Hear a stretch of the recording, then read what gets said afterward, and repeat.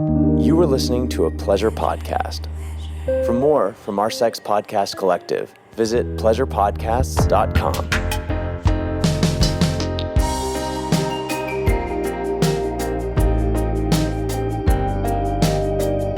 Welcome back to Private Parts Unknown, a podcast about love and sexuality around the world.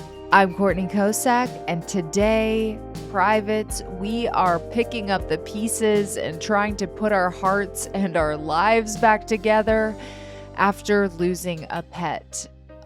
It is the worst grief.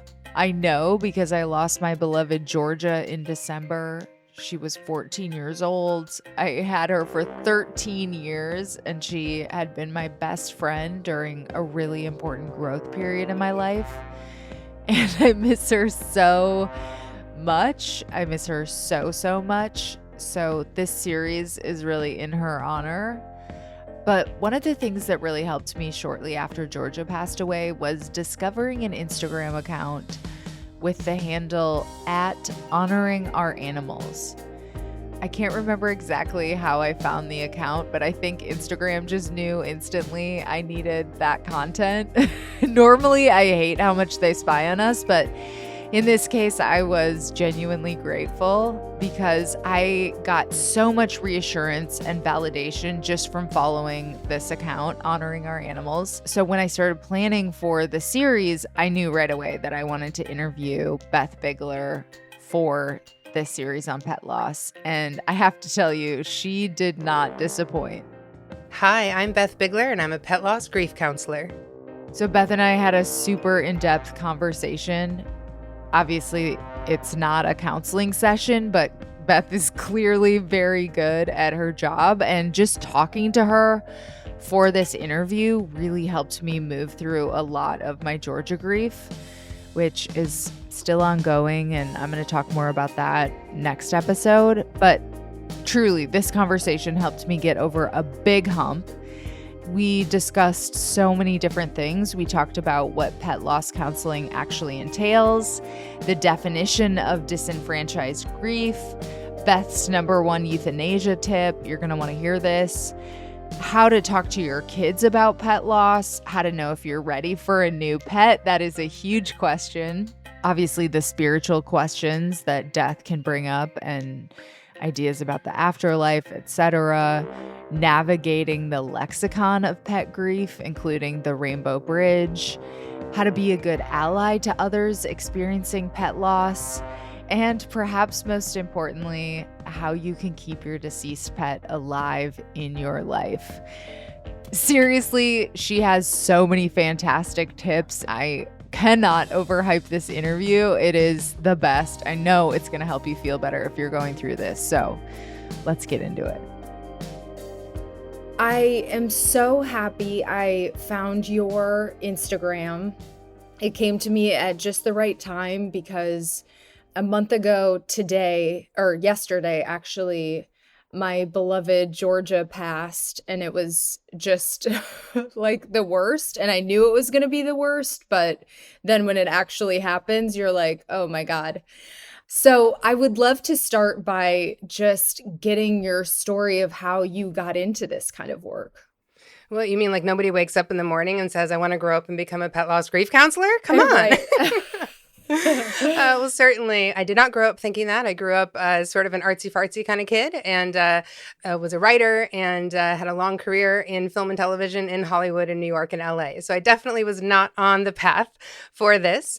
And along the way, I met my soulmate cat, Arnie. And he absolutely changed my life for the better in every way. And we went through so many ups and downs together, a lot of transitional kind of stuff that happens in your 20s and 30s. And he was just my rock and my constant and a form of totally unconditional, accepting love, which was really powerful.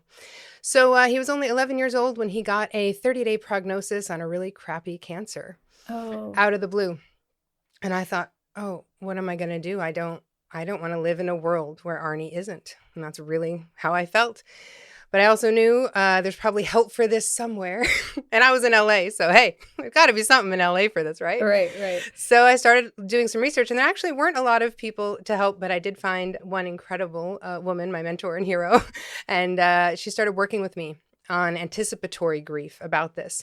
And immediately from talking to her, I knew I would be able to like step up and give Arnie a good send-off and try to, give him a good death. So the work was incredible. I'd done all kinds of therapy before, but this was like the coolest sort of exploration I'd ever done. And at the same time, we sort of mounted this Hail Mary kind of fight for Arnie's life. We tried an experimental chemo, and he actually went into remission, which is amazing. Wow. So he wasn't going to die. And you know what? I kept going to see my pet loss grief counselor because I was like, this is just too interesting. I've learned so much. I've learned about my relationship with him and what's going on with me. So I ended up kind of doing some more work with her. And in the middle of Arnie's remission, I had the opportunity to help someone in a waiting room who was going through a really intense, unexpected, traumatic loss. And it was that moment that I thought, oh, this is actually what I want to do with my life. But then I was like, whatever, I'm like, I can't do that. I like create TV shows for a living. I was kind of like put it in the back of my mind. And about 6 months after that, exactly a year after his first diagnosis, Arnie died unexpectedly within 4 days from a different kind of cancer that came in and took his whole body over in about a week. And when that happened, I thought that was a real sign that, okay, this is part of my life work. This is part of my mission. So pretty much immediately, my whole life changed everything what I was doing, started my training certifications, opened up my practice. And now this is all I do full time. And I work with people one-on-one and in groups before, during, and after the loss of a beloved animal companion. So that's how I got here. Yeah, I think it's such a underrated grief. I was doing some reading, and it's like a disenfranchised That's kind right. of grief.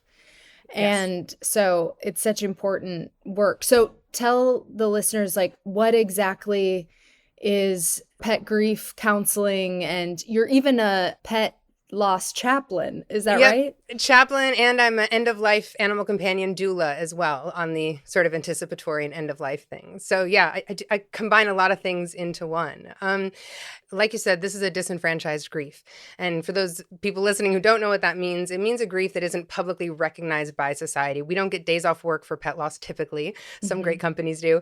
No one's showing up with like casseroles. I mean, there's no like official sort of public acknowledgement of this kind of grief. And that makes it very lonely for people, and it's very isolating for people. And the depth and intimacy and proximity of this relationship is so profound. And all of a sudden it's gone. And it's very disorienting for people and really sorrowful as well. So in grief counseling, we work on a lot of different things. I mean, obviously it depends on what you need, but a big topic is guilt. Many people, regardless of the circumstances, regardless of the animal's age, feel a tremendous amount of guilt because we have a lot of responsibility over our animals' lives. And many of our animals, when they die, it is because we made a decision about that. We made a euthanasia decision. So guilt and regret are big things that we work through, and those are hard things to work through alone. We also work a lot on pieces of a daily routine. You know, when you've had an animal in your home for so many years, you're used to doing everything. You're used to going for the walk or doing feeding time or doing cuddle time or the bedtime routine, the morning routine. And it can be really difficult to live in your house, and especially in the beginning. So there's a lot of things we can do to support that. There's a lot of tools and tips and tricks and things for your brain because your brain is really affected in this kind of grief. So that's a big thing we work on. It's just like, how do we get through the day a little easier, right? And then, of course, there's other stuff, identity. Who am I without my cat? Who am I without my dog? Am I still a dog mom if I don't have a dog? And, for many people, and in particularly if your animal's had an illness, you may have been caregiving for a long time. You may have been spending a lot of hours and kind of changing your whole social dynamic to accommodate your animal. And then all of a sudden that's all gone. And what do you have? So a lot of people feel like a real crossroads about who they are. So that's something we work on. And sometimes people have a hard time about the last day or the last week or kind of the last moments. And that's something that grief counseling can be really supportive with. And that's all the stuff on sort of the guardian branch of the tree, I like to say. But then there's the other branch of the tree. And in your case, it would be, Courtney and Georgia's branch of the tree, right? And a big piece of my work with people is about your relationship. I want you to explore your relationship with your beloved. I want you to understand it. I want you to understand the gifts and guidance and lessons and teachings that Georgia brought to your life and that all of our beloveds have brought to our lives. And I want you to be able to feel as though you can continue that relationship. because your animal has died doesn't mean they can't be included in your life and that they're not an honored ancestor in your life. And there's so many ways that we can sort of keep that relationship evolving and expanding and continuing to give to and receive from. And if we can do that, in my experience, it makes for such a more beautiful ease of transition, and adjustment. So that's a big piece of my work as well, is helping people figure out how to do that. Yeah. And then the chaplain piece and the doula piece, are those more like when you know in advance? How does that part work? Well, I'm very interested in spiritual care in general. This kind of event for many people, it doesn't matter where you are. You can be atheist, agnostic, you can be a very religious person. And many people I work with have questions. They have questions about the afterlife and questions about spirituality. Sometimes people are angry with the universe. How could this happen? Why did this happen to me? Is this karma? Is God mad at me? I mean, all kinds of things. So kind of, my interest in like the chaplaincy piece of things is really being able to support people in a spiritual way, if that's something that's coming up for them, right? So not every single person I work with wants to explore that, but many people do. It's a spiritually destabilizing event a lot of the time, even if you think your framework feels pretty solid.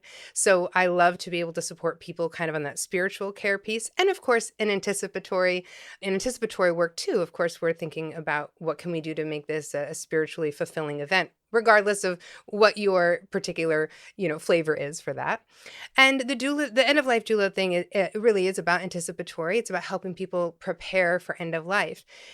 Anticipatory work, when the doula work encompasses that, is about the animal, about centering their end-of-life experience and really giving them the kind of end-of-life send-off that, we would want for ourselves, but also helping people navigate complex medical decisions and helping people, interface with veterinarians. And I'm not a veterinarian, but this sort of, when is it time? How will I know?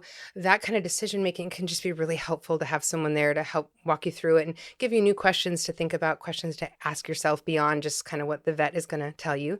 And the big third piece there is about the care, the self-care for the caregiver and for the guardian, because often in anticipatory, we're so afraid, we're so uncertain, we're really worried, when is this going to happen? What's it going to be like? And when will it be time? And so I do a lot of work there too, just helping people take care of themselves and feel supported in themselves. And that's a big piece of kind of the doula and anticipatory work. Oh, I have so many follow-ups. Okay, so Georgia for me too was, I got her in my 20s and she has been with, I just turned 40 and she has been with me this whole time. So it's such a era of my life, an important growing era. And the guilt thing that you said has been such a big thing for me. And we'll kind of talk about her last day, but it's not even so much about that, because luckily I made it back in time, but I have been replaying these early things of of when I had to work, and I work from home now, but in her early days, times I had to work that I wish I wouldn't have had to work as long, and things like that it's she had a great life and I'm a human being and I had to do those things to survive. Yes. And still I get stuck in kind of the loop of it, even though I can rationalize to myself about listen, even my parents made some mistakes right. And I love them, so much. And I'm sure she didn't, she loved me so much. She didn't hold a grudge, but I'm sure that's such a big part of your work because it has been such a huge part of going through this for me. I've never worked with someone who didn't have some level of guilt or regret about either the end of life stuff or the early life stuff. Why did I stay all night chasing after that stupid, romantic interest? Yeah. Why did I take that vacation, and left my pet home alone? Everybody goes through this. And, you have to remember, guilt is not an all bad emotion. None of our emotions are bad. It's not showing up to hurt you or, try to make things worse. It's just, sometimes depending on our kind of relationship in general to guilt, depending on how loud our inner critic is, depending on how much, high standards we have for ourselves or perfectionism, sometimes like our inner critic can get really involved in that guilt and really put you in that loop and kind of keep coming and keep bullying you, which is only adding to your suffering already, but very common and something that we do a lot of work on. And also, guilt really implies that we did something wrong.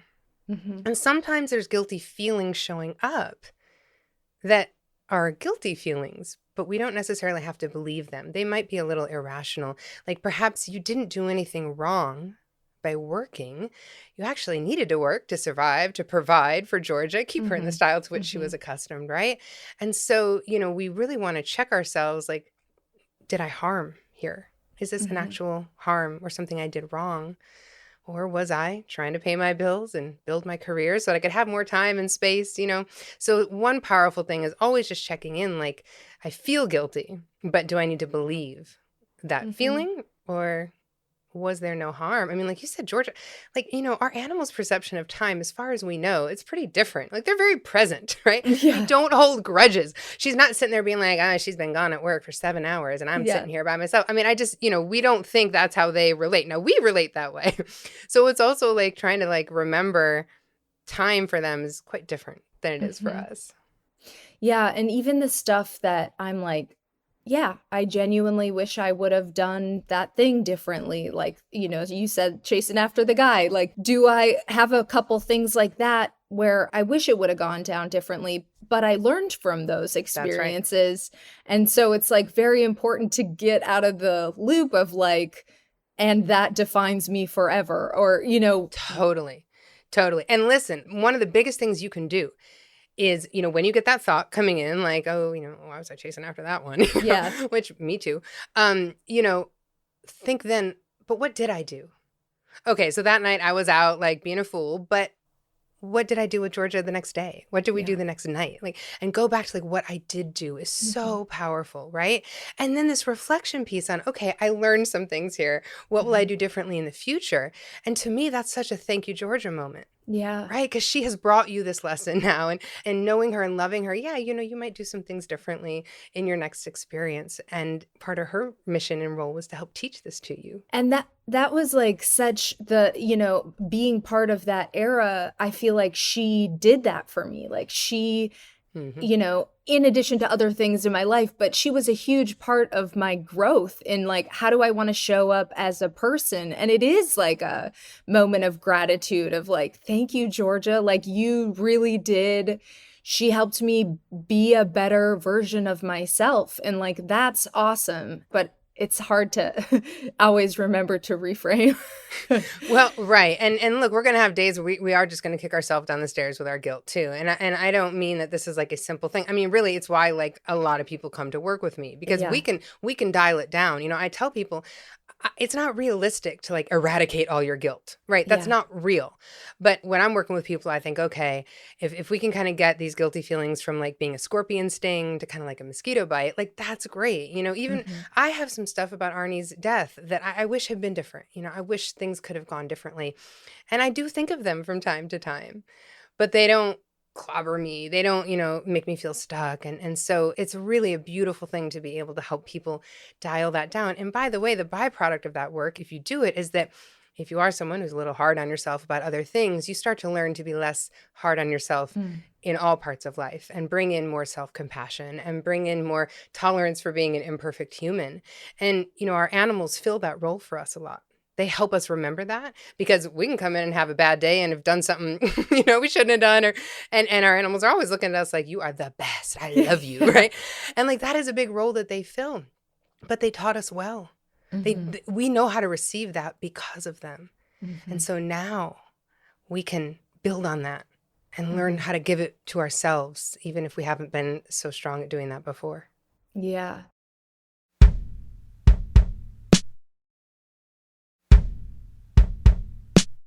So using my experience, Georgia's passing, it was also a cancer, but she had just turned 14, and it was the silent killer. I thought she was going to live at least 2 more years, like even though I'd been stealing myself since I got her, like every day, like, I love you so much. I'm going to be destroyed by the day that I don't have you anymore. Yes. It was such a unexpected shock. And I was actually out of town for my uncle's funeral when it happened, and I had to rush back, and I did make it back in time to say goodbye, which was such a godsend. But it just made it so clear to me, like, this is a real grief, because like, this was my favorite uncle that passed.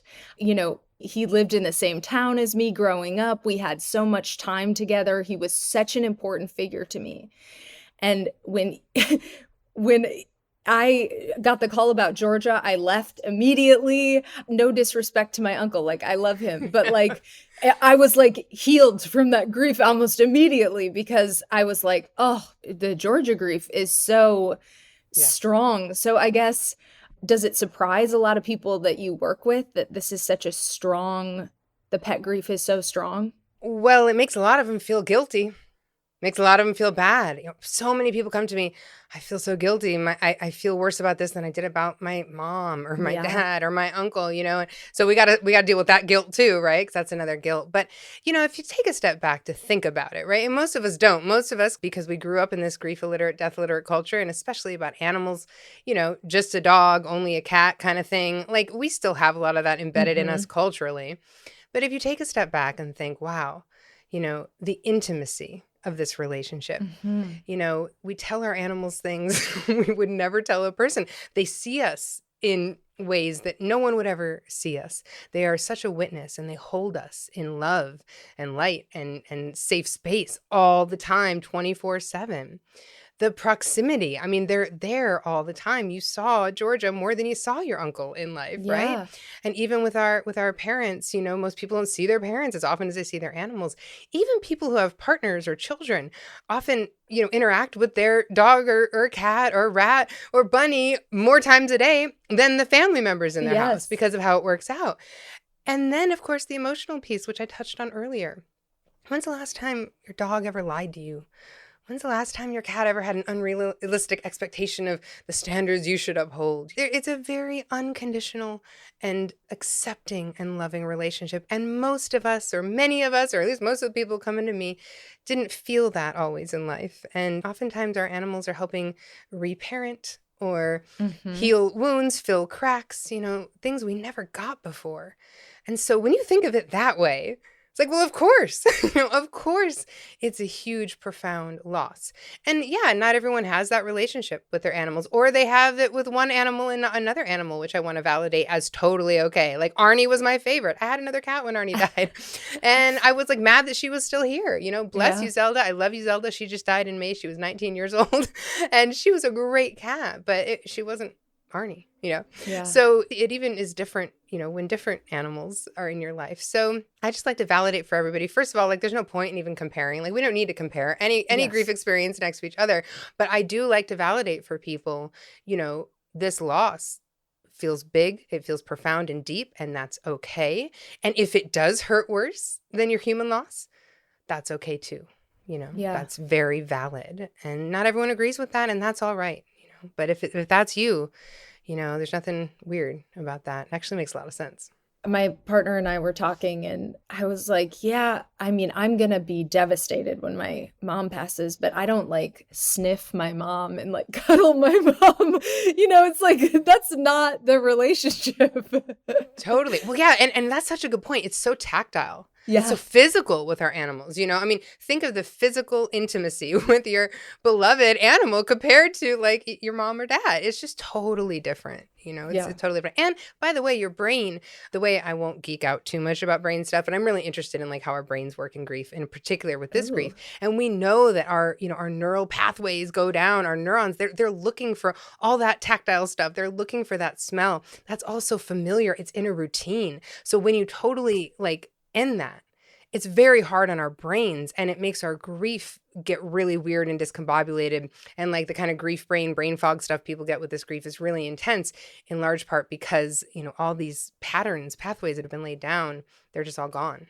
And that's really hard in our brain. That's so interesting that you say that, because another comparison that we were making is like, it's like drugs. It's like, because of the dopamine and stuff, it's like Yeah. you're going cold turkey quitting drugs or something.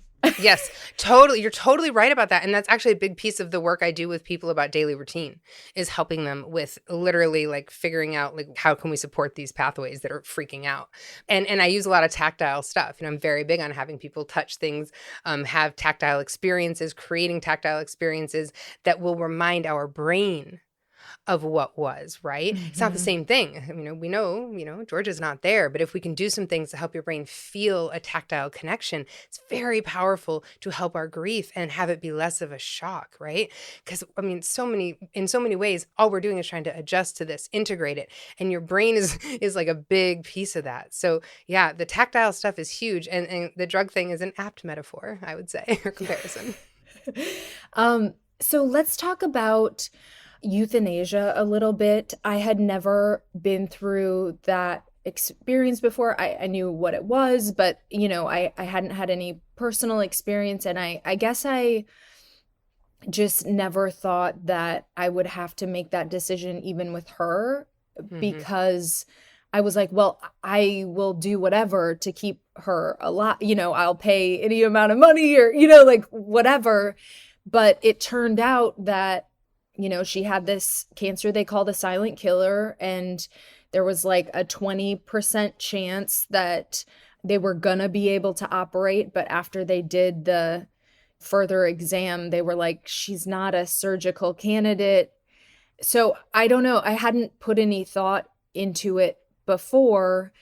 And I was just kind of like surprised by how fast it was. And yeah, if you could just share, I don't know. I think most people are familiar with euthanasia, but how it usually goes down with pets. And I think it does wind up being the more humane thing a lot of times, but it's a very hard decision to make. Yeah. Well, listen, there are a lot of cancers that are really fast and aggressive, and surgery is not an option. And so just validating for you, I don't know which cancer. Are you okay saying what cancer it was? It's called hemangiosarcoma. Yeah. Yeah. Yeah. That's a mean cancer. I know all about all the cancers. Hemangiosarcoma is a mean cancer. And it is fast. It's aggressive. There's often very little time. And if you don't intervene sometimes with euthanasia, it can be a really, really hard end for an animal. So I really want to validate for you. I have a lot of experience with hemangiosarcoma. And that was a kind and loving thing for Georgia. And I think the number one thing I like to say to people about euthanasia is that you have a lot more agency and kind of choice and options than you might think you have. And so like one of the things we work through in anticipatory grief work is really setting you up for your best success in that final day in a way that makes you feel supported and that you feel you have really supported your beloved. Now, listen, not everybody gets to decide. Not everyone gets to, choose their euthanasia date. So, we're working with people who have that option. But one thing I always like to say to people is that in-home euthanasia is an option now for many people in many parts of this country and even other countries. And if you don't know that that's a thing, I really encourage you to look into that as a thing, because it's a really outstanding way for many animals. Now, listen, there are some animals who love going to the vet, and there's some people who want to go to the vet, and that's a totally great option. But I also like to advertise that euthanasia exists. Lap of Love is one company nationwide that does it in, I think, the most places out of anybody. So if you are wrestling with a diagnosis, if you've been given a diagnosis, start researching now. Is that an option for me? And call these places, talk to them, get in their system so that if the time comes quickly, you already have done the paperwork, you've already put in your address, and you can kind of just make the call when you need it. So I do like to just remind everybody, in-home euthanasia is a thing.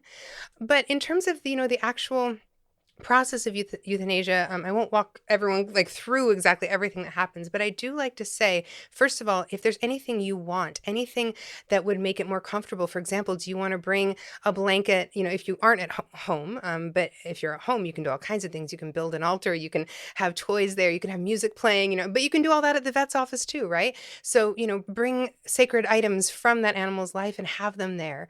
If there's anything you want to do in terms of ceremony, do you want to read a poem? Do you want to bring in some flowers and have them around the body, anything like that.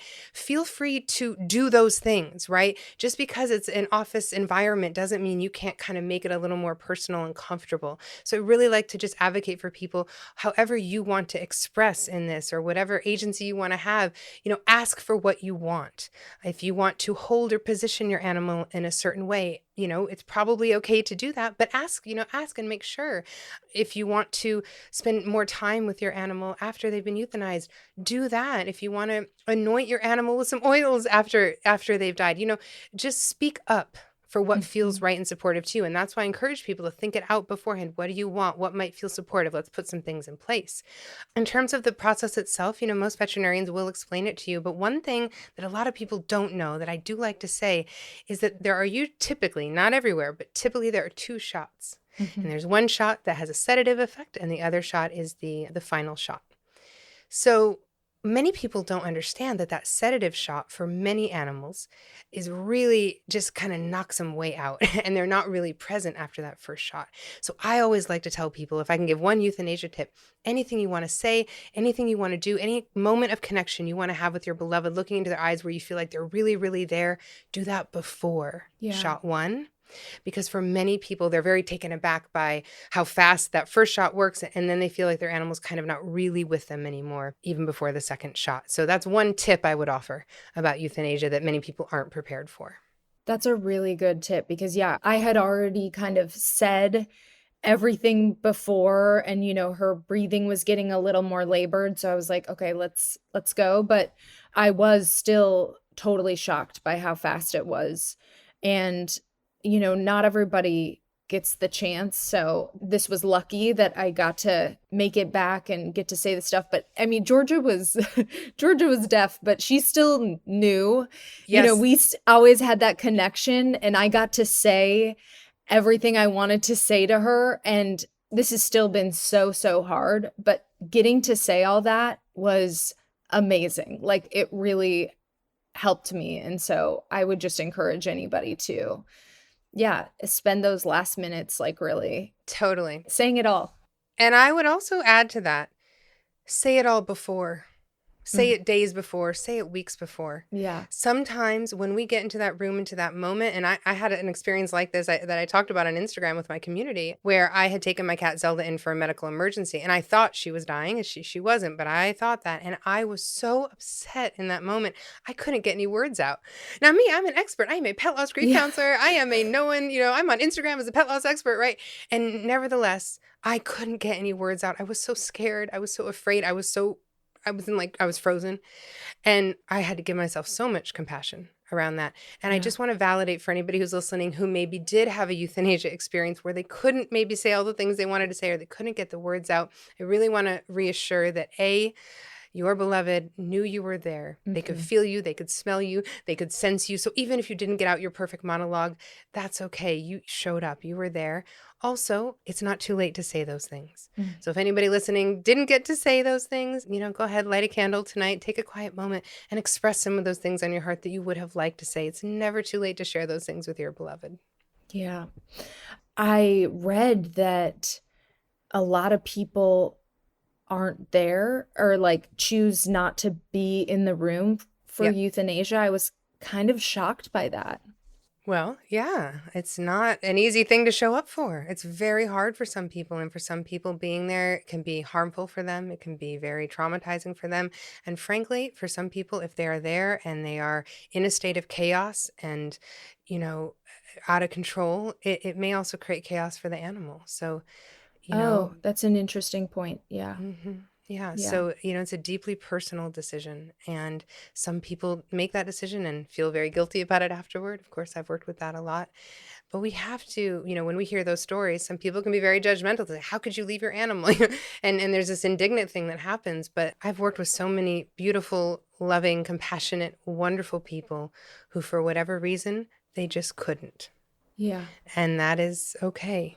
It's okay if you just can't. And in a perfect world, we can all show up and be there. And many people who aren't there also choose to have someone else be there, right? And that's okay too, as long as your beloved is loved and taken care of. But I'll tell you, there are also many euthanasias where there's no guardian present for a whole variety of reasons.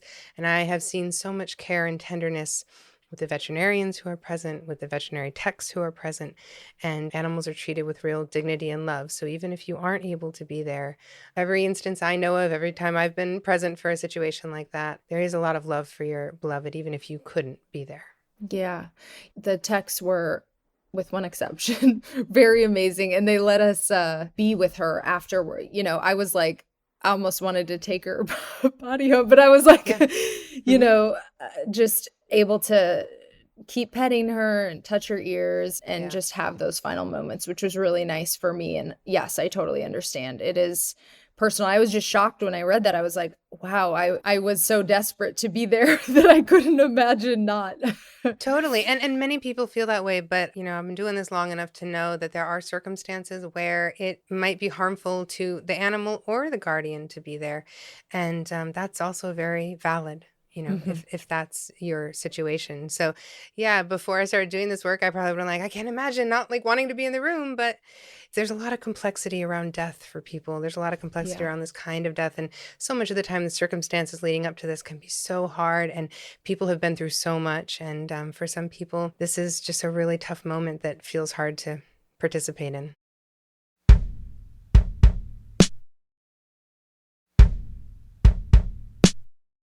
Okay, so in the instance, this wasn't my experience, but in the instance that maybe know a month in advance, or, you're getting to the end and you have this like planning time, do you have any advice for how to give your pet like the best exit for both of you, in terms of like, if I would have had that time, I can imagine I would have, taken her to McDonald's and gotten her ice cream or, like that kind of stuff, just celebrating the rituals that you had and like having some final last good times. Well, totally. I mean, we've probably, a lot of us have seen this, on social media, and I talk about this a lot. Like, if your animal is able, now that's a big if, and I'm going to address that.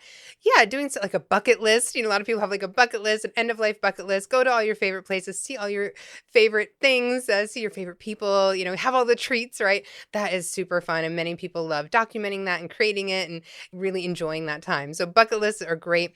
I love doing going away parties is what I call them. I love having rituals where we bring our whole community together and celebrate our beloved. There's all kinds of ways to do that and just have a party where everyone gets to say goodbye and say thank you and take pictures. And many of my clients do that if their animals are a certain age, and they have like quinceañeras and other kinds of like parties to really bring the community together. The other reason I like that is because you're going to need your community while you're grieving, and it's a great time for people to kind of show up and make the pledge, I'm here to say goodbye to your beloved and I'm going to be here for you. So I love a good going away party.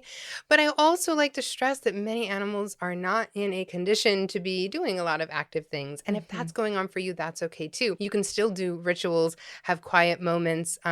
I really encourage people to center their beloved, to really focus on them. And you're going to have big emotions coming up. You're going to have fear. You're going to have sadness. It's great to have those feelings, but I don't want you sobbing over your, dog every single day. That will scare them. That will make them worry that something bad's about to happen. Are you okay? And so we really just want to create this sense like, hey, everything's okay. And it's a good day. It's a good day if your beloved is here and alive and with you. So I love to just really give the guardians a task of like normalcy. Today is a good day. And also making sure you're still taking time to be in your routine. One of the things that some people do is they become like helicopter guardians, right? And they don't want to miss a moment and they don't want to, leave, and they want to always be, in this hypervigilance mode. And I really encourage people to stay in your normal routine as best you can. Still, go do the things that help you stay centered and grounded. So go to yoga, go to the gym, go for a walk, go for an ice cream cone on your own, whatever you need to do to recharge and relax and rejuvenate. Because also your animal's used to you going and doing things. So if all of a sudden you're doing nothing, they're going to be like, something weird. So, Yeah. staying in your routine can be really powerful. And then, many people love to do end of life photo shoots with their beloveds. And I'm a big fan of those. I have really nice relationships with a lot of, there are actually pet photographers who specialize in end of life photography. Oh. And, a lot of people don't have like nice pictures of themselves with their animals. We all have like selfies and, we're in our house or whatever. But it can be a really lovely thing to do to have like a professional photo shoot or video shoot with your beloved to have those memories. That's another thing people really love doing. And also, if you have kids or children in your life, I always love to include them as well. So I love to do rituals. Rock painting is one of my favorite things. Adults, we can do it too. But I love sort of making a beautiful altar for our animals, like with different painted rocks that remind us of them. I love making altar spaces because those are really beautiful, both outdoors and indoors. And it's a space that, if it feels right, if you choose cremation or aquamation, you can put the ashes after. And so I always love kind of building an altar during that anticipatory period that can be something that you as the guardian can continue to tend to and nurture even after your animal has transitioned. So that's another thing I'm a fan of. Oh, that's great. Yeah. Two things on that. I mean, we did this when she was healthy, but we went to, I don't know if you're still in LA, but we went to K-Town and we got a photo shoot. It must have been like 2 summers ago. Awesome. Where it was Georgia and us, and we didn't have any nice pictures of all of us Right. together. And it was so nice to do that. So that was Yes. just maybe a good thing to do.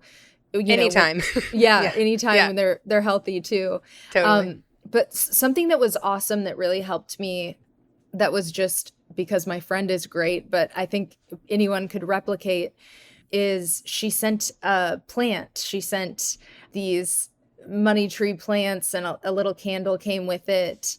And that really helped me with the altar building, because Georgia always liked to look out this window, and she had her ears, that would look so cute. And the plant kind of had these similar leaves that did the same thing. Amazing. So I set the plant by the window, and for probably 2 weeks we were lighting that candle, and I would say a little prayer for Georgia, and it was just so nice to have that, dedicated space to her. Totally. Yeah. I mean, having a space even before it happens in anticipation is so lovely. And you can even, Zelda and I on her last day, we were really fortunate to have kind of a whole day together. And I spent that day, reading to her, talking to her. We made a playlist together for her transition playlist. We talked about it, and we talked about what was going on her altar. And I was asking her opinion about things. So, I mean, it was very interactive for us. And it's a really nice memory that we created together, and she was not in a place to be moving much, and she didn't want to be doing anything, but we had great conversations that day, and we kind of built it together, which was really powerful for me. That's so sweet. Another thing that I read is, maybe it was on your page, but not to replay this last day so much, because that's another loop I've gotten a little bit stuck in. But yeah, if you could kind of speak to that, avoiding any pitfalls with that. Well, that's sometimes deeper work. I mean, the reasons why we're replaying are sometimes, they can be pretty complex, right? So it's a tough kind of question to give broad answers to, because when people are getting like replays or flashbacks or intrusive thoughts, that's like, there's ways to deal with that individually. But I can give you a couple like tips.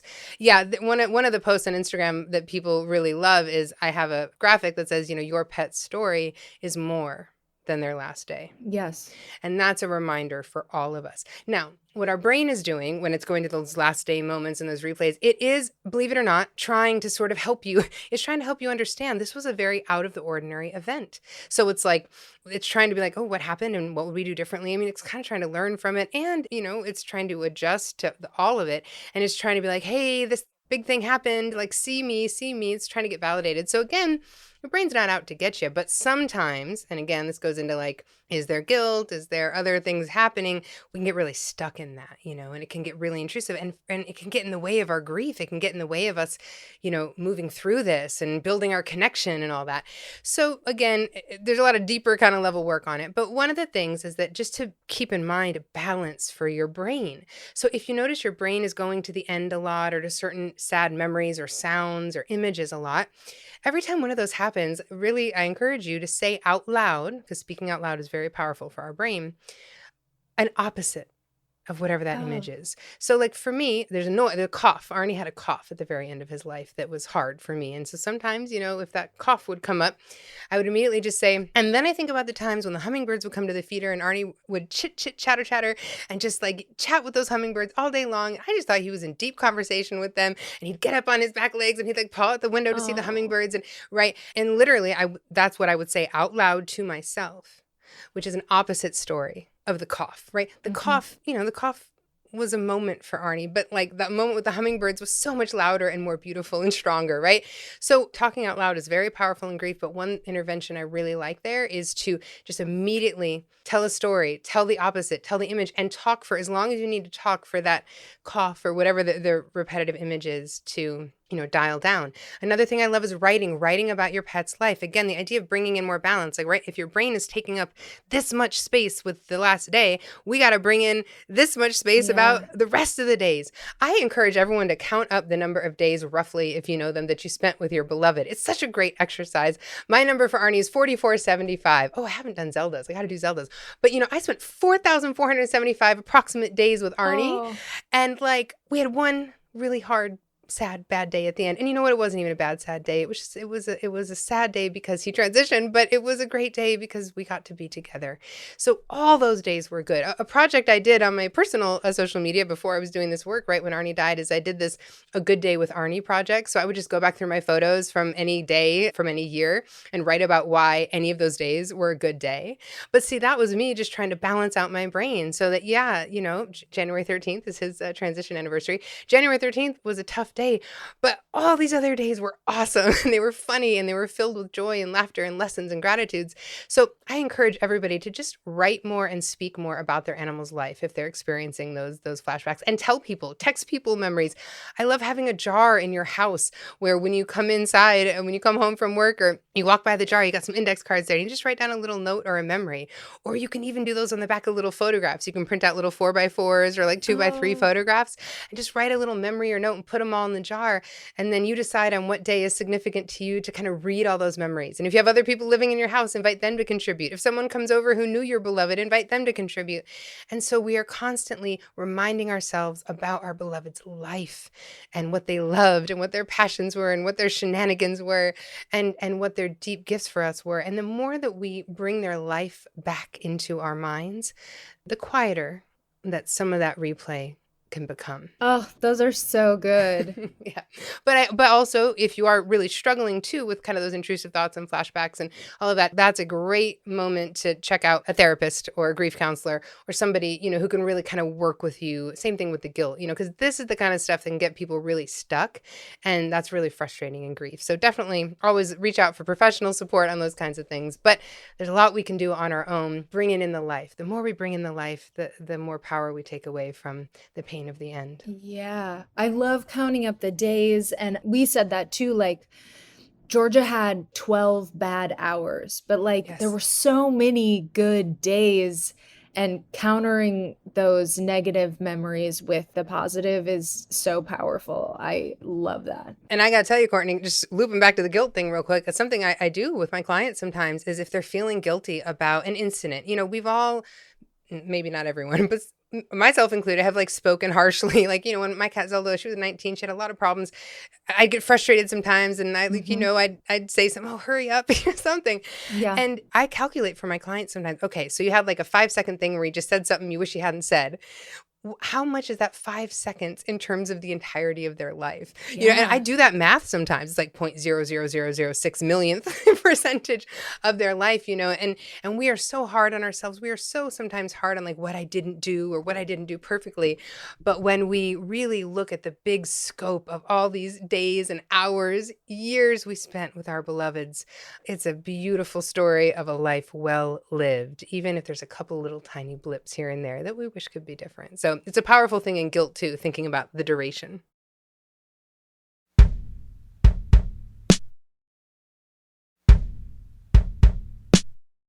So we're in January now at having this conversation, and for me, Georgia passed on December 9th. But, oddly, that last day, it was such a hard day, but I felt kind of lucky because I was like, I got to be with her today. And so this is like the closest I'm ever going to be to her again. And so it was kind of hard for me to go into a new year. Like I got to spend every month this last year, I got to be with her. And now we're in a new year and Georgia's not in 2024. And so, yeah, do other people struggle with the kind of moving into new spaces without their pet kind of thing? Totally. If you on my Instagram, twice a day content from Christmas all the way through New Year's. I do lives on New Year's Eve and New Year's Day to support this. Also Christmas Eve and Christmas Day because it's so intense. And, and if anybody is struggling with this, regardless of when you're listening, you can go back and watch those lives. I have a lot of ideas about how we can greet the new year with this change. So you are not alone. This is a huge, hard thing for people. The idea of, in this case, 2023 switching to 2024 as a year that Georgia won't see is devastating. It's a really hard idea. And there is, again, cultural pressure about what the new year means. Reset, new everything. And you don't feel that way when you're grieving, not to mention all the year-end reviews. I posted a year-end review this year about my relationship with Zelda, whose health problems started really, amping up in January. And I did a year-end review of what it looks like in anticipatory grief and grief, right? Because a year-end review for grievers looks a whole lot different than a lot of other year-end reviews we might see. So if anyone struggles around, and it's not just New Year's, it's any holiday, any transition point, any marker in time that you're used to sort of being a celebration or being fun, or if Georgia was your midnight kiss every year, right? So you're not alone in that. And the ways that the ways I like to prepare for any milestone is preparation. Know it might be hard. Know you might have mixed feelings. Know maybe you're not going to feel like going out and doing the same things. But how are you going to connect? How are you going to make it a day? I love on major holidays or major transition points to really think about, okay, what's something I can do today to feel really connected to Georgia? Can I go for a walk in one of our favorite spots, or can I go get that ice cream cone she loved, as I've seen on your Instagram? Can I do something that's just with her and for her in her honor?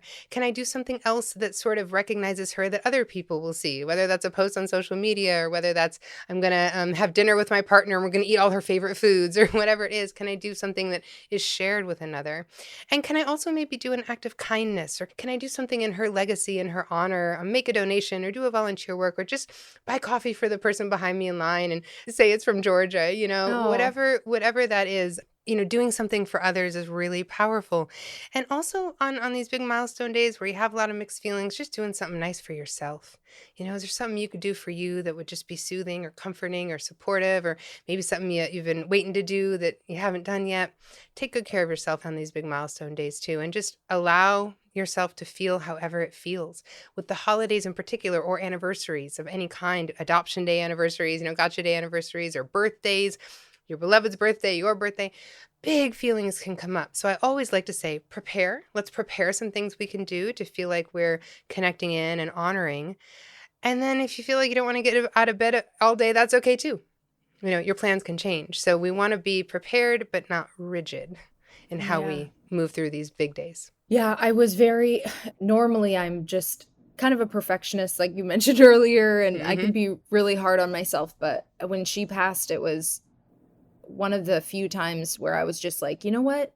You can just you don't have to do anything this week. You can actually just be with your feelings. And I don't think it's going to help you to try to ignore that this happened or try to feel a different way, because it was just so strong. Yeah, we got to survive it. Yeah. I mean, really, that first week, you got to survive it and rest and nourish and hydrate. And that's about it. I don't want anybody doing anything else. It's too hard. It's too much. So I don't have kids yet, but I imagine if you have kids, this is all kind of hard for them to understand and can be complicated. Do you have any tips for how to talk to your kids about this? Oh, there's many of those, but many, because it really depends on the age of the kids and, what the kids understand about death or not. And different kids at different life stages have different understandings about death. And then, oftentimes I work with people who have teenagers who are just totally disinterested in the whole thing too. So there's a huge range of kid experience here. But in general, if we're talking about younger kids, it's very important to be honest and direct Do not use euphemisms. Do not say put to sleep. Do not say the animal went to the farm. Really just be direct. This may be your kid's first exposure to death and grieving and mourning, and let's model that for them. Let's show them how we do that, and that it's okay to have big feelings, and that it's okay to memorialize. I like to encourage parents to think of this as a real opportunity for teaching and learning. And so being honest, being direct, answering questions, but also understanding that most kids of most ages kind of grieve in spurts. So not like us where we can just feel down for a few weeks, but a kid might say, oh, I feel really sad. And then like 2 minutes later, they want to go play Legos, right? Yeah. So we have to also just keep adjusting. Like they aren't going to experience it like we do, and that's okay. I love using books with kids. There's all kinds of really nice books for like real little like preschoolers. Daniel Tiger has a great book for like, it's called Remembering Bluefish for really little ones. And then there's all kinds of other great resource books for kids, as they get older and older. And I love reading about those. And frankly, parents, read all those books before your animal is sick. There's so much we can do to kind of normalize this idea that our pets are going to die, and that will be something that we will participate in when it happens. So I really love normalizing that death is coming, because that makes it easier for kids. And something else I really like to reassure parents, because a lot of parents are very worried, I don't want my kid to forget this dog that was so important to me, or maybe your child is very young. And I was actually on the last day of the first trimester of my pregnancy when Arnie died. And when he died, it was very unexpected. The thought that he would never meet my son was really devastating for me. It was very overwhelming. And I can tell you now, my son is 4.5 years old. His middle name is Arnold. He was named after my cat Arnie. And he knows exactly who Arnie is. And so the reason he knows who Arnie is because we talk about Arnie. And we have lots of pictures of Arnie. And we have little books. I make like photo books for him about Arnie and tell him about Arnie. And so when he talks about our family, he will tell you about our living cats. But he's also going to talk about Arnie and then Zelda, who just died in May. So, parents, I like to reassure you, just as your relationship with your beloved can continue, your kids' relationship with your animal can continue as well if you model it and support it. So let's include kids in ritualizing and memorializing. And, at family dinner, let's all share a memory of your animal before we eat dinner, instead of grace one night. And just helping your kids express, make pictures, make, artwork, and just talk about your animal as much as possible. And your kid will follow suit. So that's a way to keep it going if you do have kids. Oh, that's so nice to hear, because that was like something that, I think I will have kids in the next few years. And it really made me sad that she wouldn't be able to meet my kid. So that's really nice to hear that your son keeps that alive for you. 100%. And I'll tell you, and this may be, I don't know anything about how out of the box or woo you are, but I will tell you an exercise you could try just for this kind of thing, because you're hoping to have kids. Yeah. It's like, okay.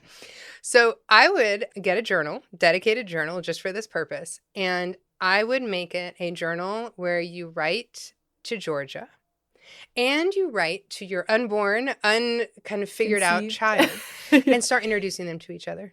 Oh, Yeah, unconceived, inconceived. And ask Georgia to help guide your little star child to you.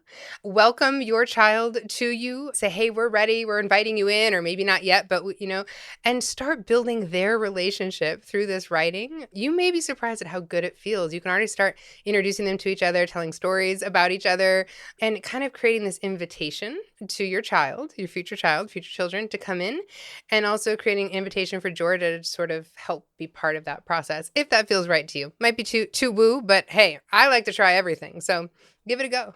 I love that. And that actually brings me to my next question, which is, one of the things that I said to Georgia at the end is like, I want you to be my guardian angel, And so at first I was like, I can't even think about another pet, but I am trying to call in my next guide, and I'm really like including Georgia in that process of like, okay, can you help me find the next perfect pet for me? Do you have any tips for the next pet, when you should consider it, if there are any rules, or it's so dependent, I'm sure? It's tough. That's a tough one. I have a lot of people who come to me only for this discussion, right? Or I have some people who graduated from working with me and then they call me like, 8 months later, can we do a few sessions just to talk about this? I'm like, absolutely. Because, really it's a complicated thing. And when I first started doing this work, I was a little more like, hey, whenever it feels right to you, because my mantra about all this is kind of like, do what feels supportive, to you. But I have changed a little bit on that as I've gone on, because I do think it's very important that you feel really ready. Now, I'm not saying some people can't feel ready within a few days or a few weeks, but most of the people that I work with need a while to really move through their grief and adjust to it, and really kind of come out of like this guilt and this regret and this replay, and really kind of feel a little more adjusted into their lives. One of the things that happens when we welcome a new animal is, whether we want to or not, we do a lot of comparing.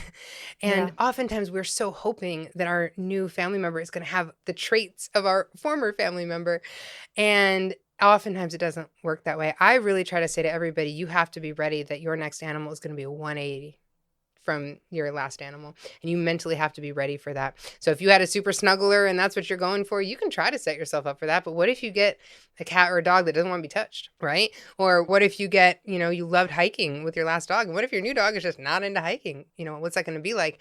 And the thing is, new animals require so much care, so much concern, especially if it's like a puppy. It's a lot of work, a lot of bandwidth. And grief is already taking up a lot of bandwidth in your brain, in your body, in your heart. So you got to make sure you really have the bandwidth to invest in a new animal and give them kind of a fair shot at feeling like they're their own individual that is welcomed and included, and not sort of a comparison. So that said, new animals can be so healing. They can be so supportive. They can feel very connected. So many people I work with feel like their animal sent their new animal, and they've been very included. When I adopted my two, I waited 3.5 years. That was just me personally. That's not like a number for anyone. Just like, I had a lot going on. I had a baby. But, when my new kittens, there was a definite sign. There was a sign. I was like, okay, thanks, Arnie. I got it. And I was like, those are the two, right? So definitely, when you're ready, I always the thing is, and also this is for couples too, because this issue comes up. I work a lot with couples. Sometimes one person is more ready than the other. Yeah. And I really encourage, especially couples, but even an individual, just listen to your no's.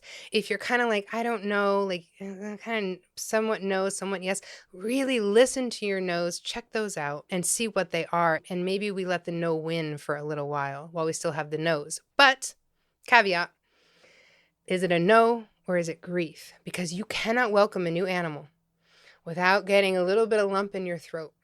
Yeah. Because it really does mean that your soul animal, heart animal, is not earthside anymore. And so there is always some grief that comes up when you do this. So you want to kind of start learning the difference between, no, I'm not ready, I don't want it, and have some grief. And that's okay. It's okay that I have grief. And so that's something I work with a lot of people on, distinguishing those two, because they can be hard to tell the difference between those two things.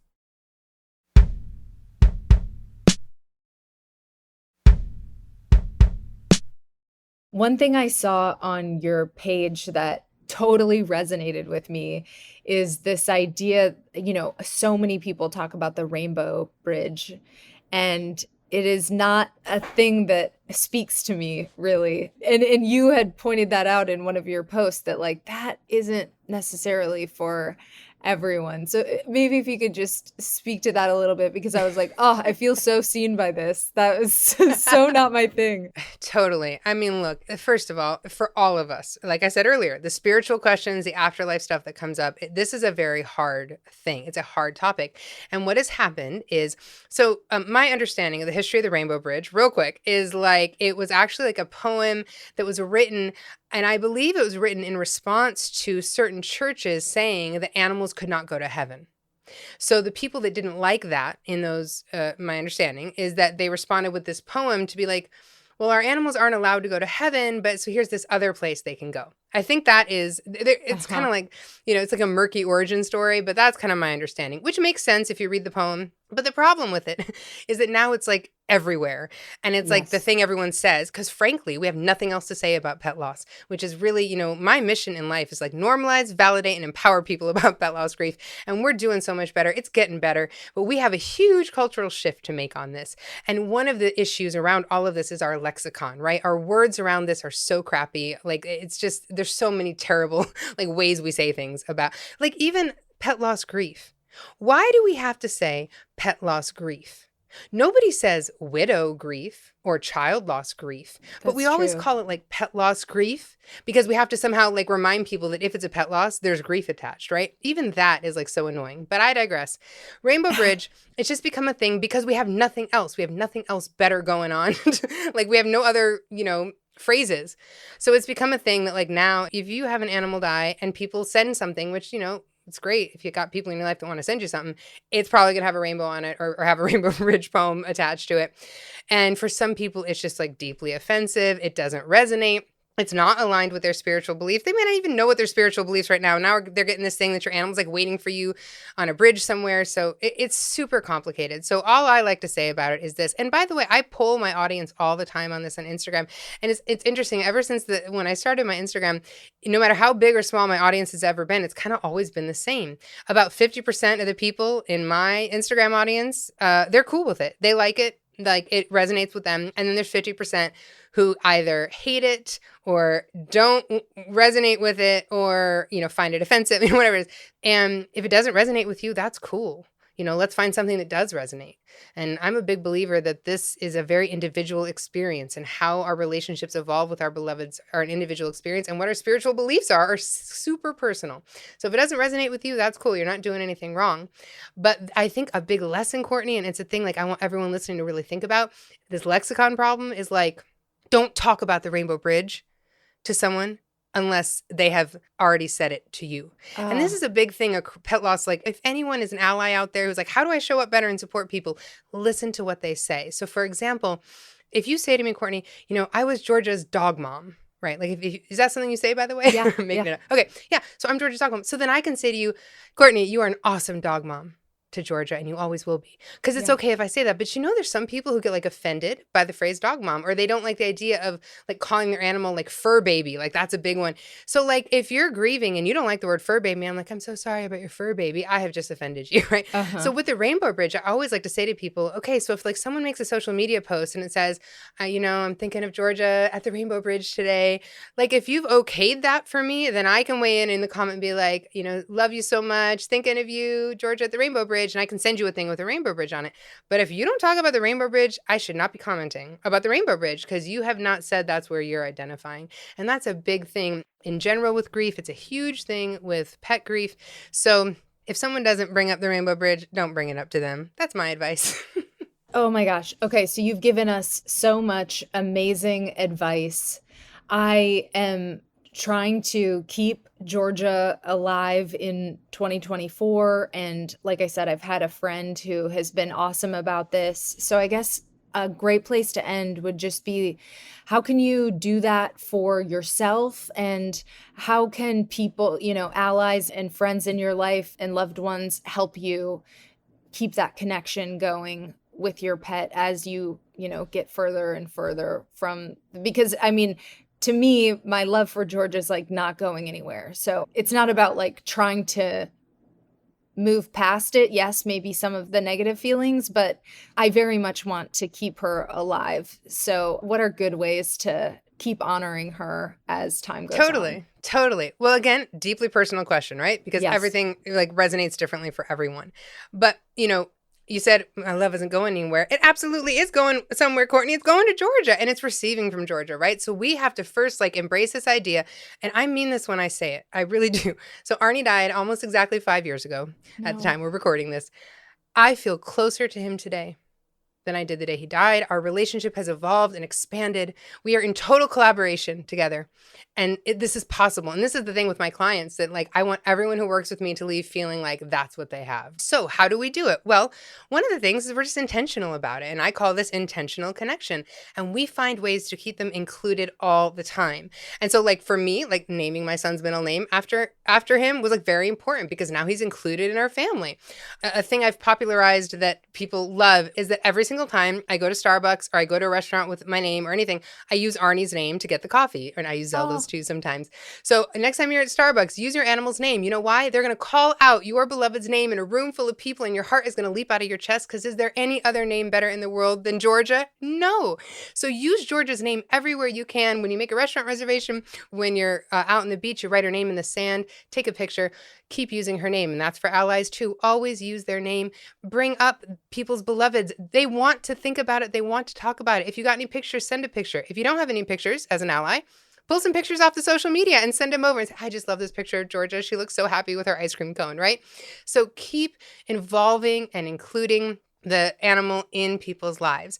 And then, there's all kinds of things. I love signature colors. So I don't know if you've seen this, but I tell everyone, find a color that really represents your animal. And for some people, they have it, when their animal's alive. Some people, they choose it after they've transitioned. Arnie's color is orange. That's why my couch is orange. That's why this cup is orange. That's why this journal here is orange. And every time I have a choice to make a color, I choose orange because that reminds me of Arnie and keeps him included in my life.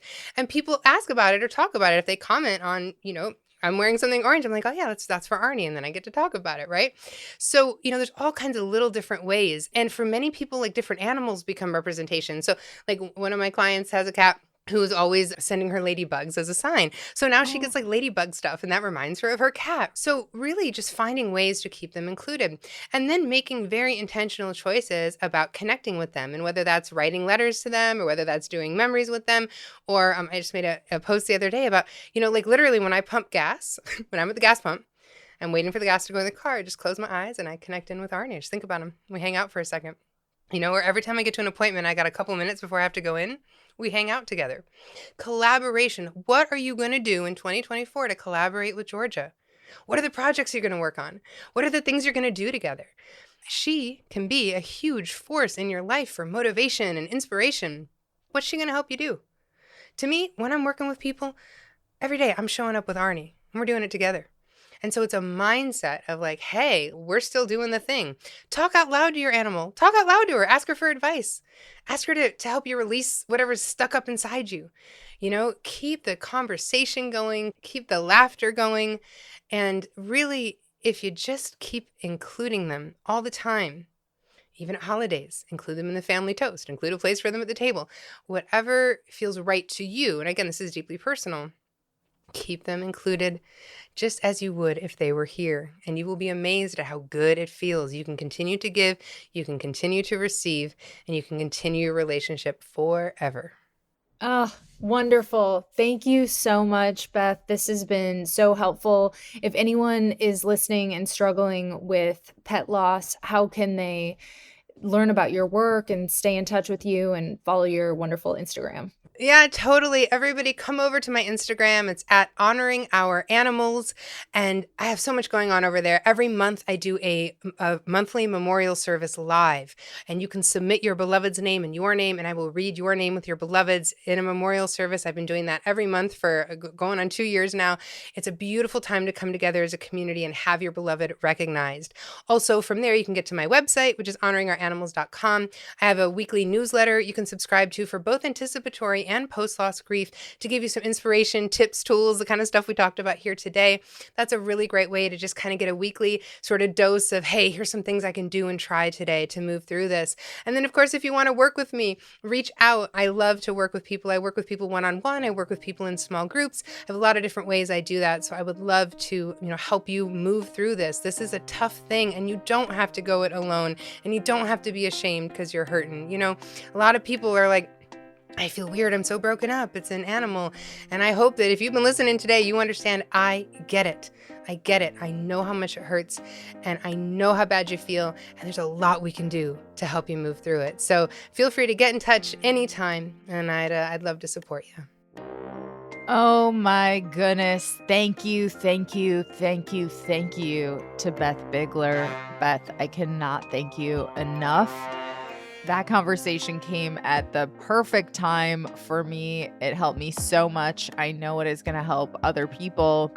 And I encourage you to reach out and work with Beth if you are really struggling and need the help. And regardless, everyone should give her Instagram a follow. It is at Honoring Our Animals. And it's good to just follow so that you're prepared. You know what I mean?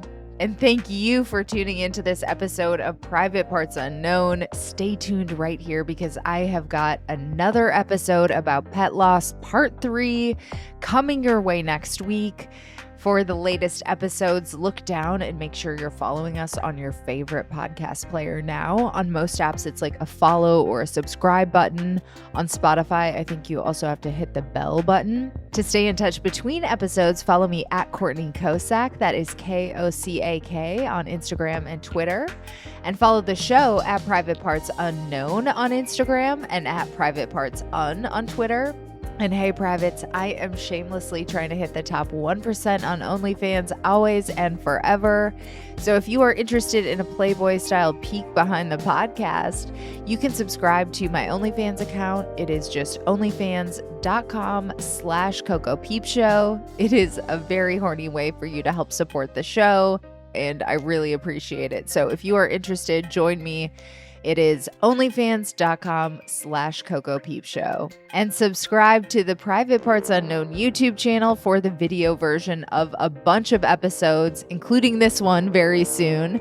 So just head on over to youtube.com/privatepartsunknown. That is youtube.com/privatepartsunknown. And check out my other podcasts for more of my audio creations. I have The Bleeders about book writing and publishing, and Podcast Bestie, which is a best friend to podcasters trying to grow and monetize their shows. And shout out to Amy Rausch for the bomb-ass theme music. For more info about Amy and her music, check out amyrausch.com. That's Amy, RAASCH.com. This episode was mixed by my beloved audio guy, Michael Castaneda of Plastic Audio. And after enjoying this content, could we ask you for a quick favor? Just go to ratethispodcast.com/private and give us a 5-star rating and review. And I am actually doing something special for this series. This is your last chance. So I encourage you to go to Apple Podcasts and leave us a 5-star rating. And in the review, include a little blurb about your pet that you are trying to honor. Similar to how Beth said that she goes to Starbucks and she gets Arnie's name, we are going to do that on the podcast on the next episode. So go to Apple Podcasts, leave a 5-star rating and a review, and write your sweet nothings about your beloved. And I am going to read them on the next episode. And you can do this no matter where you're listening from by just going to ratethispodcast.com/private.